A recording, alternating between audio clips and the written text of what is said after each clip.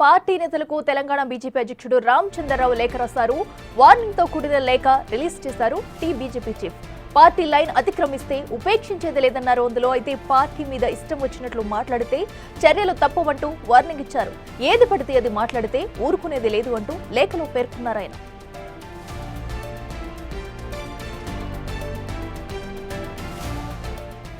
Party నేతలకు Telangana BJP అధ్యక్షుడు రామచంద్రరావు లేఖ రాశారు. వార్నింగ్ తో కూడిన లేఖ రిలీజ్ చేశారు టీ బీజేపీ చీఫ్. అయితే పార్టీ లైన్ అతిక్రమిస్తే ఉపేక్షించేది లేదన్నారు. అందులో పార్టీ మీద ఇష్టం వచ్చినట్లు మాట్లాడితే చర్యలు తప్పవంటూ వార్నింగ్ ఇచ్చారు.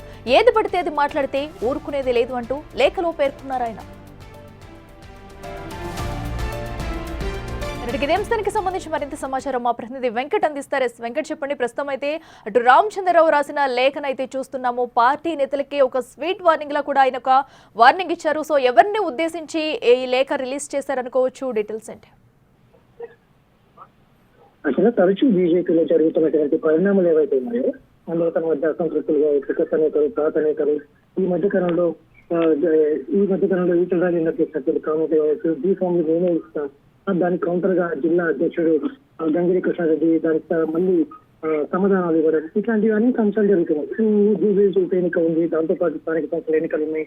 నేతలు ఎవరు పడితే వాళ్ళు ఇష్టం వచ్చినట్లు పార్టీ లైన్ క్రాస్ చేసి మాట్లాడుతున్నారు అనేది కూడా ఒక చర్చ జరుగుతుంది పార్టీలో. అందులో భాగంగానే గతం నుంచి కూడా నేతలకు అర్ధవాదింపు లేకుండా మాట్లాడుతున్న తీరు కనిపిస్తా ఉంది.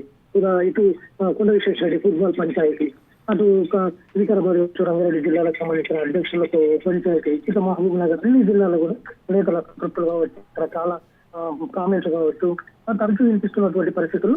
ఇవాళ రామచంద్రరావు ఒక లేఖ అందించినటువంటి పరిస్థితులు ఏవైతే ఉన్నాయో ఈ చర్చనీయాంశంగా మారేది.